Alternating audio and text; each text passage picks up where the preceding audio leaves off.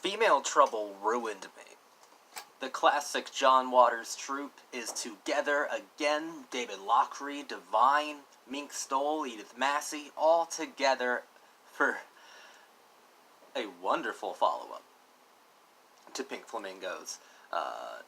If Pink Flamingos hadn't had the cultural, social, and visceral impact that it did on the world in the name of queer, underground, fearless punk rock cinema, then Female Trouble would certainly be my number one favorite John Waters film. It's a lot of people's number one favorite John Waters movie, and for good reason. It's hilarious, and it's super punk rock. It's rebellious, it's wrong, it's offensive, it's rude, it's timeless.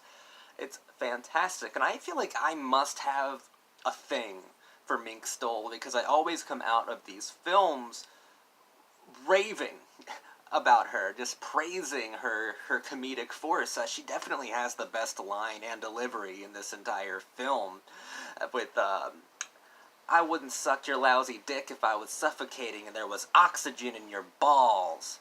Oh my god, Mink Stole as the retard daughter. Jesus Christ. John Waters making me say some not-so-nice words here. She was utterly fantastic. I even like in the opening, you see Divine have sex, or, basically fuck himself out of drag. It's a brilliant scene. It kind of just spits in the face of all self-gratifying criticisms by literally having the muse of the picture fuck himself outside of drag. Oh god, John Waters, your muse, your find, your discovery in Divine. Not too many discoveries are made like that in film. That was a thing, a person, a man and a woman, that had to be documented, or else you would never believe that individual existed at all. Divine exists on a pedestal with Marilyn Monroe, with Montgomery Clift, with Brigitte Bardot, with Catherine Deneuve, and James Dean and River Phoenix, in the sense that these people had to be documented, in the sense that they are incredible muses, endless reservoirs of creativity for specific creative men.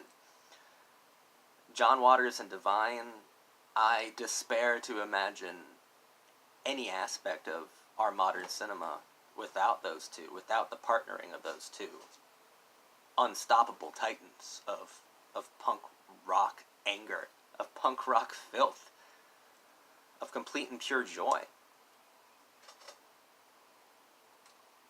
Female Trouble is a vulgar satire, a vulgar, melodramatic,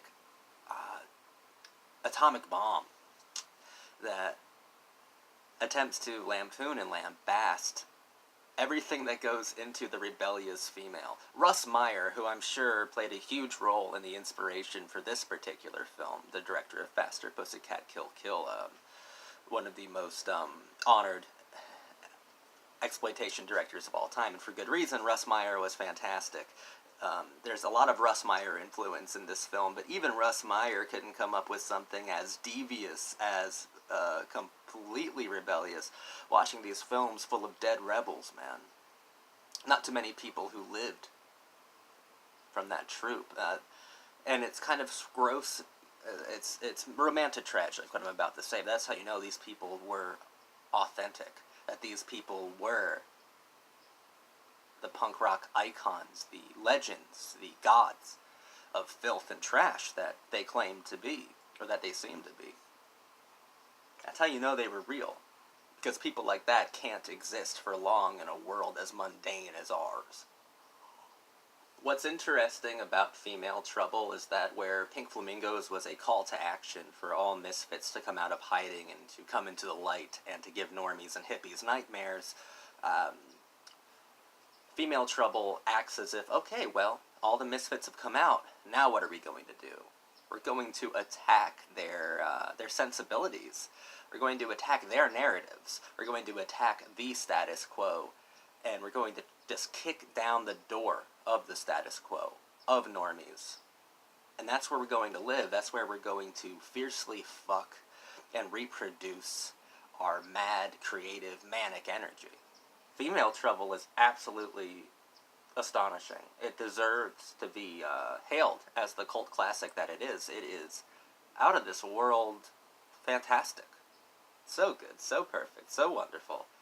One of the most important, once again, I feel like I say this with a lot of John Waters films, but it is one of the most important queer films ever made as well, and maybe on account of that, one of the most indispensable and most essential cult or underground movies ever made as well. This is true wonder. This is true perfection. John Waters, yeah. I've saved the place right here, Cecil B. Demented style, to get your name tattooed, because you're my power animal, man. Your cinema, the cinema of John Waters, always gives me hope. I want to thank you guys for watching. I want you to subscribe to the channel. I want you to like the video, share the video around. Come on, let's get me noticed here. Let's get me watched a little bit. Let's get John Waters talked about within conversations. I am sick of, even within, like, art house communities where we don't necessarily talk about the most popular movies ever made, there are still certain filmmakers and certain films and companies that distribute these particular films that monopolize the conversation. I mean, if I see another goddamn picture of Stanley Kubrick or another video about Tarkovsky's visual poetry, I'm guilty of both of those things, actually. But if I see another goddamn picture of that, I'm going to kill somebody, because that is the status quo that we've enabled for ourselves within the underground. And you should always be trying to rearrange it.